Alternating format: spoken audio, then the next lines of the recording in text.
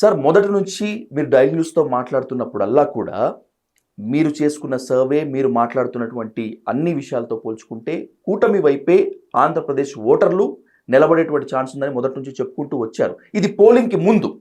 Polling రోజు రాత్రి 11 గంటల వరకు బారులు తీరినటువంటి క్యూలు, మహిళలు, వృద్ధులు విప్లవంలాగా ఒక ఉద్యమంలాగా తీసుకొచ్చి పోలింగ్ శాతాన్ని అమాంతం పెంచేశారు. ఇప్పుడు కూడా అటు పోలింగ్ సరళిని అలాగే మిగతా వాటన్నిటిని బేరీజ్ వేసుకుంటే మీ అనాలిసిస్ ఎలా ఉంటుంది? జగన్ మళ్ళీ అధికారం చేపడతారా, లేకపోతే కూటమి మళ్ళీ అధికారంలోకి వస్తుందా? సార్, నేను డైలీ న్యూస్ చెప్పడం కాదు, దేశంలో ఉండే పలు జాతీయ స్థాయి సర్వేలు కానీ ఎనలిస్టులు కానీ పీకే గారి కంటేనైతే నేను పెద్దవాడిని కాదు, సక్సెస్ఫుల్ అయిన. సో చాలా లోకల్ ఎలక్ట్రానిక్స్ మీడియా కానీ ప్రింట్ కానీ ప్రిడిక్షన్స్ కానీ బిఫోర్ అంటే ఆఫ్టర్ పోల్ తర్వాత ఎగ్జిట్ పోల్ ఇవ్వరాదు కనుక ఫస్ట్ నాడు ఇవ్వాలి. ఫస్ట్ అన్ని పోలింగ్ అవుతుంది కనుక ఫస్ట్ ఈవినింగ్ ఆఫ్టర్ 6:30 7కో ఎప్పుడో స్టార్ట్ అవుతుంది, 4th నాడు రిజల్ట్. నేనే చెప్పలేదు, బట్ నేను కూడా బిఫోర్ ఎలక్షన్ షెడ్యూల్ ఇష్యూ చేయకముందు కూడా చెప్తూ వస్తున్నాం. వేరే సంగతి కూడా 1 year బిఫోర్ కూడా బీజేపీ ఎలయన్స్ అవుతుంది, అప్పుడు కూటమి లేదు, ఎవరి పొత్తున్నా లేకున్నా బీజేపీ పవన్ కళ్యాణ్ కూడా జైలు అవుతారు. జైన్ కాకున్నా కూడా ఆయనకు 88 బెంచ్ మార్క్ వస్తుందని నేను చెప్పడం జరిగింది. వివిధ దాంట్లో చిన్నప్పటి నుంచి నా ఏజ్ ఆఫ్ 20 years నుంచి నాకు ఏదైతుందో ఈ ప్రజల అభిప్రాయం, ఇప్పుడు సర్వేలు వచ్చినాయి, ఏజెన్సీలు వచ్చినాయి, డబ్బులు, ఇవన్నీ నాకు ఇది ఒక అలవాటు. కొన్ని వందల మంది గ్రామాల మాట్లాడడం, ఇర్రెస్పెక్ట్ ఆఫ్ పార్టీ క్రాస్ చెక్ చేయడము 1970 నుంచి.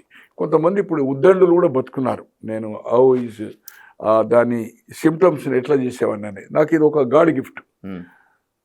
సో మీరు అన్నట్టుగా ఒకటి వెరీ ఇంపార్టెంట్ పాయింట్ సార్, కూటమికి కూడా కొంచెం భయాందోళన కల్పించేది అంటే వాళ్ళు చెప్పే బట్టి వైఎస్ఆర్పి టర్నప్ ఓట్ ఏదైతుందో ఎప్పుడు లేనంత పర్సంటేజ్ ఏదైతుందో అయింది మహిళలు.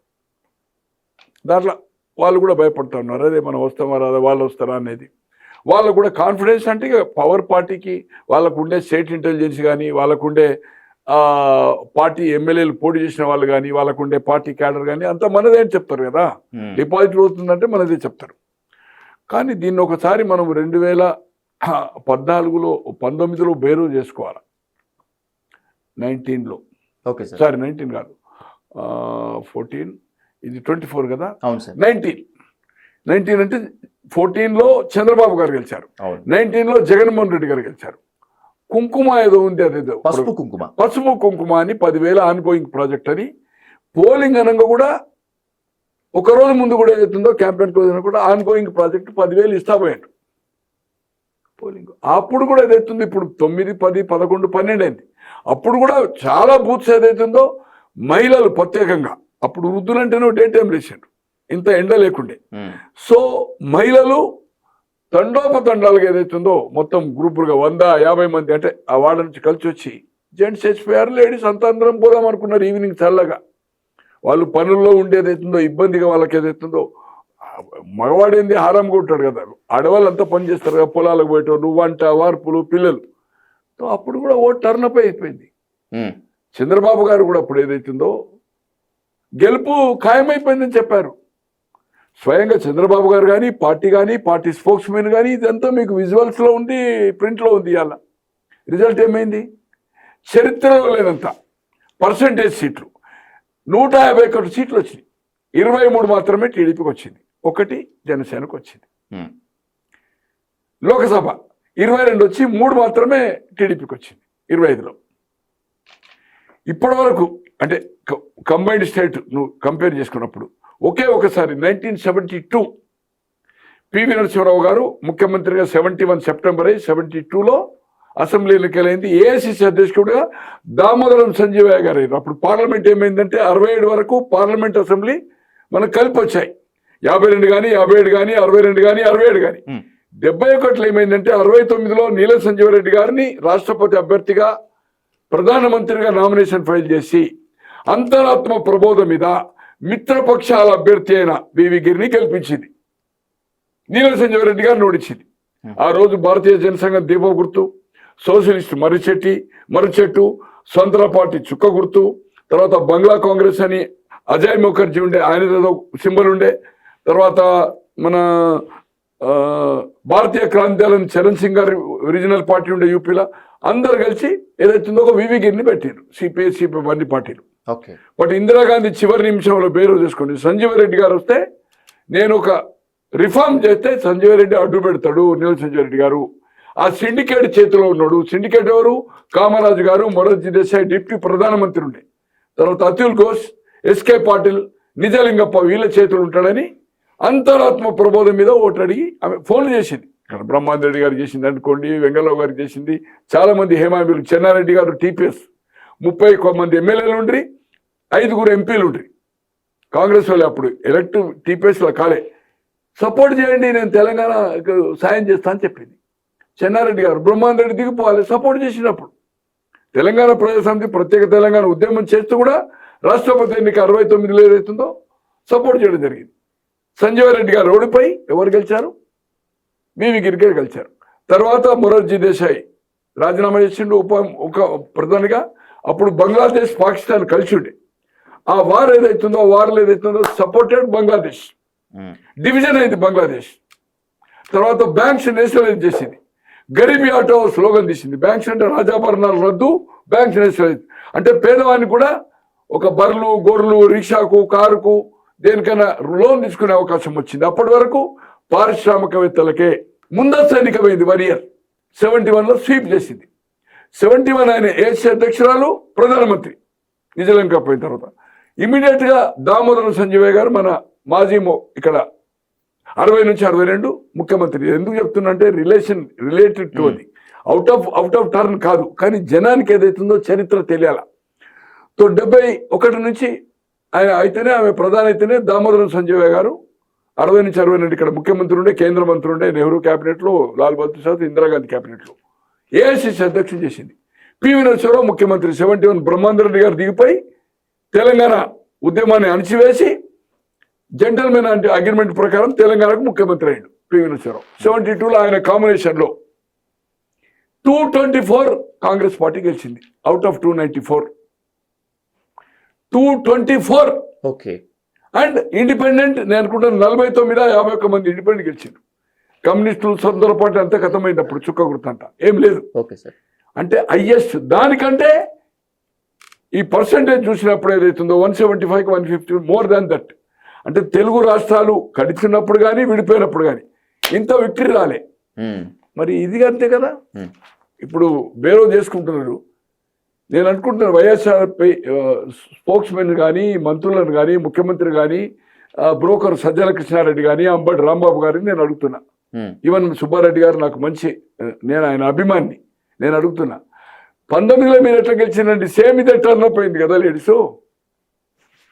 చరిత్రలో లేనంత సీట్లు వచ్చినాయి కదా, పర్సంటేజ్ సీట్లు. ఇప్పుడు అంతే, కసిగా ఓట్లేసిండు. తమిళనాడు, కర్ణాటక, ఇతర దేశాలకు ఇక్కడి నుంచి దాదాపు 25 లక్షల మంది పోయిండు. ఇక్కడ ఓటు ఉన్నది, అక్కడ ఓటు ఉంది వాళ్ళ గ్రామాల్లో. ఇదంతా ఏదైతుందో ఆ పరిపాలన, అవినీతి పరిపాలన. తర్వాత ఏదైతుందో మన ఇది ఒక ఇండస్ట్రీ రాలే, ఉద్యోగం రాలే, ఎక్కడో అక్కడ దోచుకున్నారు, విలేజ్ వాలంటీర్స్ కూడా దోచుకున్నారు. సో ప్రజలకు ముఖ్యమంత్రి అందుబాటులే. ముఖ్యమంత్రి కాకముందు 2010 నుంచి 19 వరకు 360 రోజులు రోడ్ల మీద ఉన్నాడు. ఎక్కడ చిన్న ఇన్సిడెంట్ అయిన పోయాడు.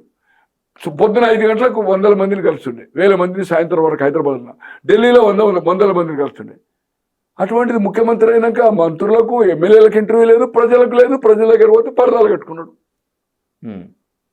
1 పాయింట్ ప్రోగ్రామ్, లిక్కరు, ఇసుక, మట్టి, దీని మీద దోపిడీ చేసిండు.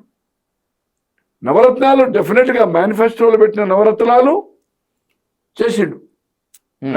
100% చేసిండు అండి. నవరత్నాలు ఇంప్లిమెంట్ చేసిండు. అప్పులు ఏం చేసినావు? 13 లక్షలు.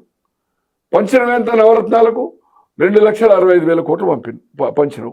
బట్ సంక్షేమము, అభివృద్ధి అని ఈ రాష్ట్రంలో కానీ, ఏ రాష్ట్రంలో కానీ ఆయన ముఖ్యమంత్రి కావాలి చివరి అన్న దానికోసమే ఇచ్చిండు. మళ్ళీ ముఖ్యమంత్రి కావాలంటే దీంతో అయితే అనుకున్నాడు కదా ఆయన, ఈ హామీలతో గెలిచిన మళ్ళీ ఇవి ఇస్తేనే అవుతుంది ఏది నవరత్నాలని.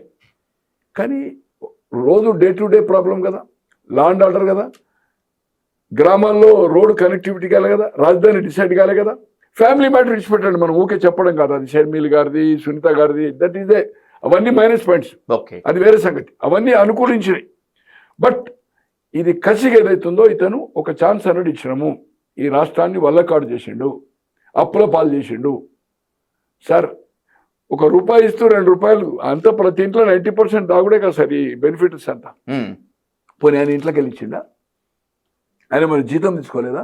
రామకృష్ణారెడ్డి ఏదన్నా జీత 100 కోట్లు తీసుకున్నాడు కదా, ఎక్కడికి పోయినా స్పెషల్ పేట్ కదా. ఢిల్లీకి పోతే ఏ ఒక్క రోజు అన్న కేంద్రానికి నువ్వు మద్దతు చేసినావు? ఏ ఒక్క రోజు రాష్ట్రం ప్రక్కన ప్రజల పక్షాన? ఈరోజు 23, 22 లోక్సభ, 11 రాజ్యసభ కదా. ఏ ఒక్క రోజున్న ప్రధానమంత్రి కలిసినప్పుడు ఇగో నాకు రైల్వే జోను, స్టీల్ ఫ్యాక్టరీది, లేకపోతే స్పెషల్ స్టాటస్, విశాఖ దాని పేరేంది, కడప ఉక్కు, ఏదైనా ఒకటి అడిగారు సార్? ఏమైనా ఇది పంచడానికి ఇలా ఇండ్ల సైట్లు ఇచ్చిండు. సపోజ్ అక్కడనే శాసనసభ్యుడు ఆ ల్యాండ్ కొని ప్రభుత్వానికి అమ్మిండు కదా. ఓకే. వాలంటీర్లకు మినిమం వేజ్ చేయలేదు కదా. ఎమ్మెల్యేలను డమ్మి చేసిండు కదా. సంపాదించుకున్నాడు. అసలు మన దగ్గరికి, ఆ ఎమ్మెల్యే దగ్గరికి పబ్లిక్ వచ్చేది కదా, వాలంటీర్ కదా అన్ని ఇచ్చేది డైరెక్ట్. పెన్షన్ ఏదైనా కానీ గ్రామ సచివాలయం కదా సార్. స్కూళ్ళకి ఎవరన్నా మన స్కూళ్ళకు పార్టీ కలర్ వేస్తారు సార్. తిరుపతి కొండపైకి పార్టీ కలర్, కోర్టు చివాట్లు పెట్టింది కదా. పార్టీ రంగు ఈ భారతదేశ చరిత్రలో వేసారు సార్. ఈ ఇండియన్ హిస్టరీలో ఎక్కడన్నా liquor own brand, main brand అని పక్కకు పెట్టి లోకల్ డిస్టిలరీకి మొత్తం బ్రాండ్స్ అన్ని ఒక 20 పేర్లు పెట్టి ఏదైతుందో అమ్మిన సంఘటన ఈ దేశంలో ఉంది సార్. అన్ని నేషనల్ బ్రాండ్స్ అన్ని రాష్ట్రాలకు దొరుకుతాయి. లోకల్ చీప్ లిక్కర్ ఏదైతుందో, ఈ లేబర్ క్లాస్కి ఏదైతుందో లోకల్ డిస్టిలరీస్ ఉంటాయి. ఆల్కహాల్ కోట గవర్నమెంట్ ఇస్తుంది.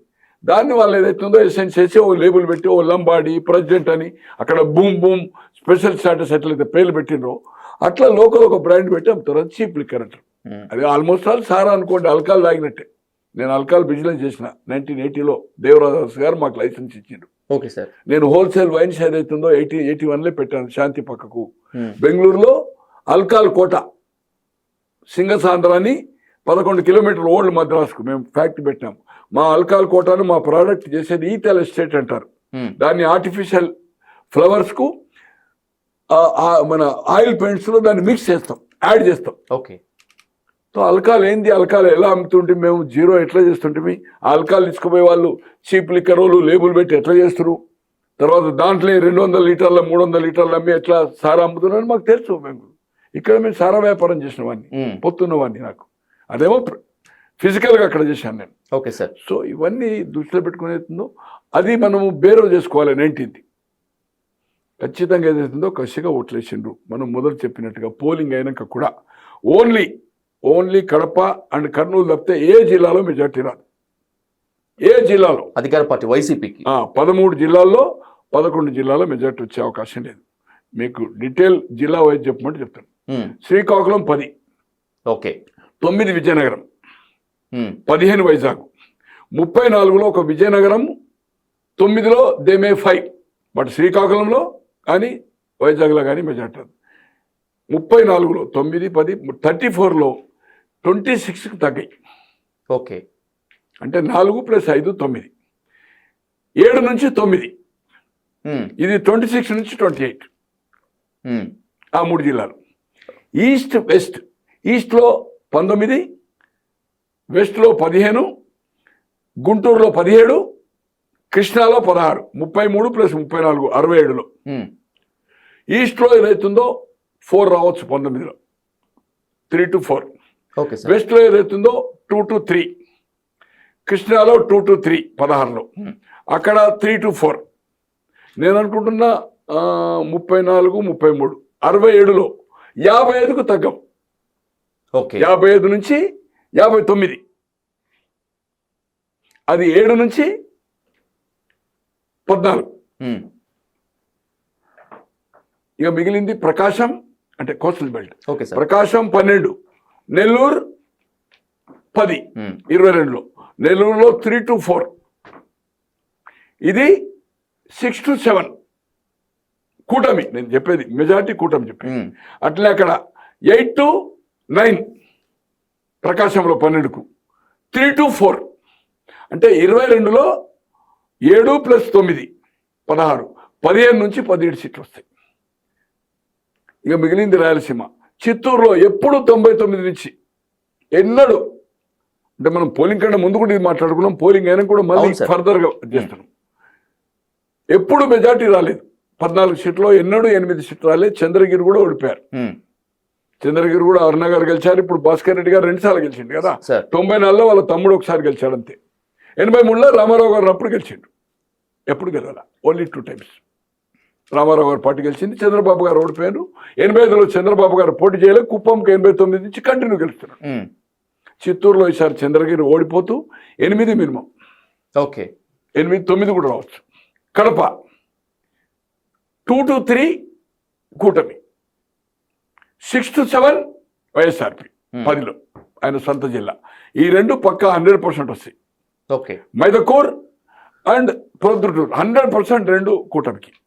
ఇంకో సీటు రావచ్చు 3, 2 నుంచి 3. ఇది 6 నుంచి 7, సారీ 7 నుంచి 8 వైఎస్ఆర్పి. కర్నూలు 14, నేను అనుకుంటున్నా 4 to 6 కూటమి, 4 to 6. అది 8 to 10 వైఎస్ఆర్పి. కడప ఒకటి మెజార్టీ అయింది. ఒక విజయనగరము, ఇది జనరల్, నేను క్రాస్ చెక్, నేనేమి వేల మందిని 100 మందిని పెట్టి సర్వే చేసి మాట్లాడేది కాదు. Okay sir. నాకుండే ప్రెస్ మిత్రులు అనుకోండి, 2 పార్టీలకు సంబంధించిన వాళ్ళు, నాకుండే పరిజ్ఞానంతో ఏదైతుందో కొన్ని 100 మందితో మాట్లాడి ప్రాంతంలో క్రాస్ చెక్ చేసుకొని అన్ని సర్వేలు చూసి దేంట్లో ఏమేమి వస్తున్నాయి అనేది అయితే ఈ మధ్యకాలంలో నేను ఒక 2-3 రోజులు లైబ్రరీలో పోయి కొంతమందితో అక్కడ చూసుకుంటూ మాట్లాడిన విషయం. ఇక మిగిలింది ఏమిటి, చిత్తూరు అయిపోయింది. అనంతపూర్లో 14, మొత్తం 52లో 14 కర్నూలు అయిపోయింది, కడప 10 అయిపోయింది, చిత్తూరు అయిపోయింది. It is 8 to 9, 8 to 10, 8 to 10. అది 4 to 6.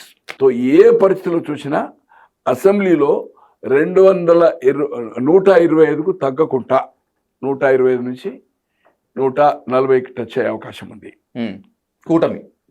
అది 35 నుంచి 55 టచ్ అయ్యింది.